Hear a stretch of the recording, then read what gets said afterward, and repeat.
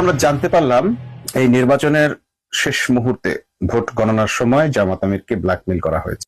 তাকে বলা হয়েছে, যদি আপনি এই ভোটের রায় অনুযায়ী আপনার ক্ষমতা চান তাহলে বাংলাদেশে একটা গৃহযুদ্ধ লাগবে। একদিকে আওয়ামী লীগ, একদিকে বিএনপি এবং তাদের সাথে আওয়ামী প্রশাসন আপনাকে কোনো ধরনের সহযোগিতা করবে না।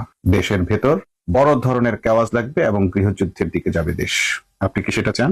এইভাবে বাংলাদেশের একজন হতে যাওয়া ভবিষ্যৎ প্রধানমন্ত্রীকে ব্ল্যাকমেইল করে তার কাছ থেকে দেশটাকে কেড়ে নেওয়া হয়েছে।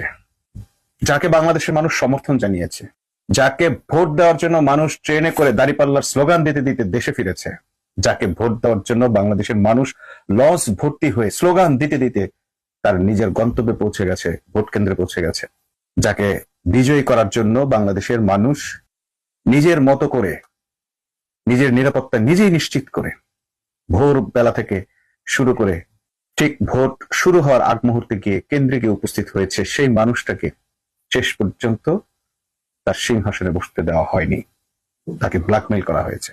যেই আমিরে জামাতের প্রতি মানুষের এমন সমর্থন আমরা এবার দেখেছি, বিভিন্ন শ্রেণী পেশার মানুষ, শুধু ইসলামিক ব্যক্তিত্বরা নয় বা কিংবা শুধু জামাত ইসলামীকে পছন্দ করেন সমর্থন করেন এমন ব্যক্তিরা নয়, বরং এবার বাংলাদেশের এমন এমন সব শ্রেণী পেশার মানুষ জামাতকে সমর্থন জানিয়েছে যেটা অভাবনীয় ছিল, অকল্পনীয় ছিল। কেন চেয়েছিল? চেয়েছিল তারা চাঁদাবাজির বিরুদ্ধে রায় দিতে চেয়েছিল। তারা চেয়েছিল বাংলাদেশে যেন দুর্নীতি বন্ধ হয়, বাংলাদেশে যেন দুঃশাসন বন্ধ হয়, টাকা পাচার বন্ধ হয়।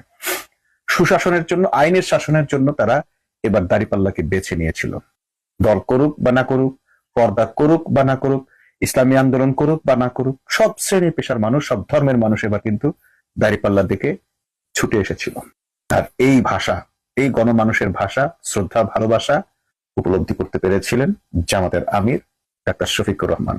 যে কারণে যখন তাকে বলা হলো যে বাংলাদেশে একটা ম্যাসাকার হবে, গৃহযুদ্ধ লেগে যাবে, আপনাকে ক্ষমতায় আসতে দেয়া হবে না, বিএনপি, আওয়ামী লীগ এবং তাদের প্রশাসন যে কোনো মূল্য আপনাকে প্রতিহত করবে, আপনি কি করবেন? যে জনগণ তাকে ভালোবেসে ভোট দিয়েছে, সেই জনগণের ওপর যদি কেউ অস্ত্র চালায় এবং এরকম হুমকি দেয়, তার আর কি করা থাকতে পারে? যে মানুষটা বাংলাদেশের মানুষকে নিজের সন্তানের মতো করে দেখেন, সে মানুষটা যে কোনো কিছুর বিনিময়ে তার সন্তানের জীবন রক্ষা করার চেষ্টা করবে, এটাই স্বাভাবিক। আর এটাই ওরা জানতো। ডাক্তার শফিকুর রহমানের, জামাতের এটাই সবচেয়ে বড় দুর্বলতা। তারা দেশের জন্য, দেশের ভালোর জন্য, দেশের মানুষের জন্য যে কোনো স্যাক্রিফাইস করতে পারেন। এর আগেও ক্ষমতার কেন্দ্রবিন্দুতে থেকেও তারা ক্ষমতার কোনো ভাগ না নিয়ে শুধুমাত্র দেশের কারণে সমর্থন জানিয়েছেন।